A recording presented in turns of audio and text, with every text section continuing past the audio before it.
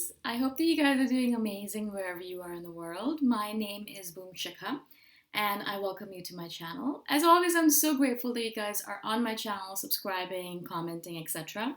And of course, if you guys want to support me further, you can do that by going on to my Patreon site. The link is in the description below, and you can give me $1 a month, $5 a month, whatever you guys prefer. In this video, I want to speak to you guys about social anxiety or anxiety in general. For the longest time, obviously, and I've done videos on this in the past, I did have anxiety, not only social anxiety, but anxiety in general about all the different things that were going on in my life and in the world in general.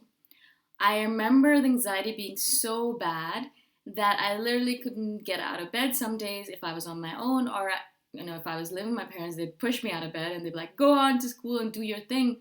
But I'd be so anxious about the world and about everything that's going on and about what is coming. I was particularly anxious about the future because I did not know what it held. But also I knew that a lot of it was going to be negative because of the fact that we were not treating the earth properly. And I knew this even when I was maybe 10, 12 years old, especially 10, 12 years old. I had a lot of anxiety at that moment in time. Around 8, 9, 10, 11, 12, that particular area, the particular phase, I had so much anxiety because I was afraid that my parents were going to die. Not only that, I was afraid that the world was going to die, that the earth was going to die, that we were going to kill the earth. I was afraid that people are getting more and more mean and they're not taking care of each other properly. And I was afraid for all the animals. I was extremely afraid for all the animals because I was afraid that they were all going to disappear. Now, of course, a lot of it has come true now. And I think a lot of us in general were feeling this anxiety when we were children. And now we're looking at the world thinking, yeah, okay, everything that we predicted has happened, not happily. But what are we going to do about it, right? So I spent, as I said, a lot of my time in anxiety mode. Not only about my parents dying. Of course, I had the normal anxieties of a child, my grades. Although I was smart enough that I really never usually worried about grades in general. At that point in time, at least. Only when I was in 12th grade, I worried about grades because I had to get into a good university.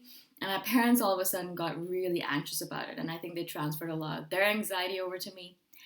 And so, but in general, I didn't have like typical children worries or kid worries, I guess. I worried about my parents dying and leaving me to take care of my brother and sister because I didn't have anyone else that I could trust with them. So I would have to take care of myself. And I was worried about that because I was like, I don't think I could do it. I'm only 8 or I'm only 10, I'm only 12. And I was also afraid about the fact that my parents are going to divorce because they fought all the time. And I was worried that they're going to go off in their opposite directions. And I'm going to have to deal with the aftermath, not only of my taking care of my siblings, but also taking care of each of them because they would be hurt and upset by it. So of course, as I said, there was a lot of random stuff that I was anxious about. As I grew older, a lot of those anxieties dropped away. So I wasn't as worried about my parents dying because I was like, all right, fine. If they do die, I can take care of it, or I can take care of myself and my siblings. But I started worrying about other things as well. And a lot of social anxiety came into it, especially as I got into my teen years. And I was so afraid of going out, of being in public, of eating in public, of peeing in public, of pooping in public, of talking in public, of even moving a finger in public. I even just like existing in public areas was a source of anxiety to me. And so obviously I spent a lot of time at home, but I was a child and I had to go out. I had to be in school. I had to be around friends, and I did have friends, thankfully, and they wanted to do things. They were all extroverted people and they wanted to hang out. They wanted to go to movie theaters and things like that. And little by little, I got used to it and I got rid of my anxiety, or I understood that I was going to be anxious, but I still had to do things. And then eventually I got into my 20s and now anxiety is not such a big deal for me. But I still have moments where I'm just like, I really just don't want to go outside because I just don't want to deal with people. Not because I'm being antisocial, because I get this anxious feeling inside of me still as a remnant from when I was a child. I think it's just is a logical and the default mechanism for me to behave whenever I go out in public. So I think I've held on to it, even though I don't feel any anxiety mostly when I go out in public now. I've noticed a couple of things about anxiety that I wanted to share with you guys. Not only did I want to share that, I have anxiety. So if you guys look at me doing these videos and you think, oh, cool, yeah, she's perfect. She doesn't have any, or not perfect, but she doesn't have any anxiety anymore. Don't worry about it. I still do. And I'm still like typically like that in an INFJ mode where I'm just like anxious. I'm a ball of anxiety some days. So that's still the case for me. But I wanted to talk to you guys about a couple of things that I've learned about anxiety in my years and years and years of dealing with it. The first thing I want to say is it's not as bad as you imagine it's going to be. Okay?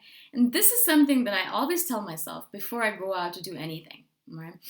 So, you as an anxious person, if you are an anxious person, if you have anxiety, and I find out like anxiety is becoming more and more common in society in general because of the fact that we're disconnected from nature, disconnected from Mother Earth, and because of all the crazy stuff going on in the world, and because of the fact that we're afraid that we might not even be alive in 20 years because we're destroying the earth and blah blah blah, right? So anxiety in general is increasing at a rapid rate, and it's becoming an epidemic, I think, in human beings in general. So it's not only INFJs, or not only a certain group of people, I think, that feel anxiety, not only introverts, not only extroverts, but I think everyone is starting to feel that anxious feeling that's in the atmosphere. It's a negative feeling that's pervasive in the atmosphere now. And so I always kind of go into every situation telling myself and knowing, because I've done this so many times, that I might make a mountain out of a molehill in my head. So I might make a big deal out of it, like, oh my God, this is going to be horrible. I'm going to go in, everyone's going to laugh at me, they're going to point at me, and they're gonna laugh hysterically because blah blah blah, and they're gonna make fun of me. And I make up all of these random stories in my head, obviously, because that's anxiety. That's what anxiety does, especially social anxiety. And then I talk to myself and I tell myself, yeah, first of all, no one's going to pay attention to you. No one is looking at you. No one cares. Most of the people are way too engrossed in their phones or in their heads to even pay attention to most people nowadays. So that's one of the things that really helps me. But also, it's not as bad as I imagine it to be because I've done this so many times, and every single time I actually go out into public or I actually try something new, it turns out to be a lot easier than I imagined in my head. A quick example. A couple of days ago, I went rock climbing for the first time in my life, which is terrible saying that because I'm 36 now, so I should have really tried it earlier. So I tried rock climbing, bouldering actually, not rock climbing, bouldering. And there was a free day at one of the rock climbing gyms around me, so I was like, all right, let me go check it out. Now, normally I would have been like, all right, I need a week to prepare, but this is really, like, it was very random. I saw the event invite on Facebook, I think a day before it was actually scheduled, and so I didn't have a week to prepare for it, right? And I actually didn't need it because I realized that I'm going to go in and I'm going to make a big deal out of it. I'm going to be like, oh my God, I'm going to be terrible. People are going to be staring at me. They're going to laugh at me. They're going to think that I'm a complete idiot. I have no idea what I'm doing. I'm going to fall on my face. I'm going to hurt myself. Or everyone's going to stare at my bum. It's huge. Things like that. All of that stuff that's coming up. It comes up for everyone. Well, it comes up more so for some people than others, but everyone has these kind of like things that they have in their head. But then I always tell myself, yeah, you're going to go in. No one's going to look at you because no one cares. Everyone's doing their own thing, which is exactly what happened. And everyone's too engrossed in their own act, in their own life, in their own climbing that no one was paying attention to me, right? And so that's exactly how it is, and it was. And it is like this every single time. Every single time. And this is one of the reasons why I think anxiety is a self-sabotaging thing, because you think that's going to be so much worse than it actually is, and then you go in and you think to yourself, why did I waste so much energy worrying and thinking about this? And before you even get to the event, and I've done this so many times in my past, where before I even get to the item that I'm supposed to be anxious about, I've exhausted myself. Some days in the past, I would be so anxious about something or the other that I would exhaust physically and mentally and spiritually exhaust myself. So by the time I actually even got to the event, I was too tired to even go to the event, right? So I'd go for like a couple of minutes, like 10, 15 minutes, and I'd be too tired. I'd be like sleepy and I'd have to leave already. So it's just terrible because it's not affecting anyone else, obviously, and no one really cares about you as much as you think they care. even me doing all these videos all the time, I know no one's thinking about me as much as I think about, oh my god, they're gonna hate my videos or whatever, blah, blah, blah, right? Like no one's thinking about that stuff. Like not even people who are celebrities, not even people who are well known in the world. People are not thinking about them. People have their own shit to deal with, right? They're in their heads thinking about bills to pay and dates to go on and food to eat. I mean, my main the main thing that's occupying my mind mostly is the food that I'm gonna eat next. Yeah. So right now I'm thinking about, okay, so I had a green smoothie for breakfast, so now I'm like pretty sad. Now I can have like thing for this for lunch and this and so that's what most people are just thinking about, the food they're gonna eat and the bills they're gonna pay, right? So no one really cares about you. No one is thinking about you. And so I really wish that every anxious person would tell themselves this. Now, of course, some of you guys are more anxious than others. And so you're going to be like, oh my God, this is not helpful. Yeah, this is not helpful because I thought that it would. I know, and you guys have probably done this in the past where you're like, okay, I'm going to tell myself these words and I'm gonna placate myself, I'm gonna make myself feel better, but you don't feel better because there's a huge spectrum to anxiety.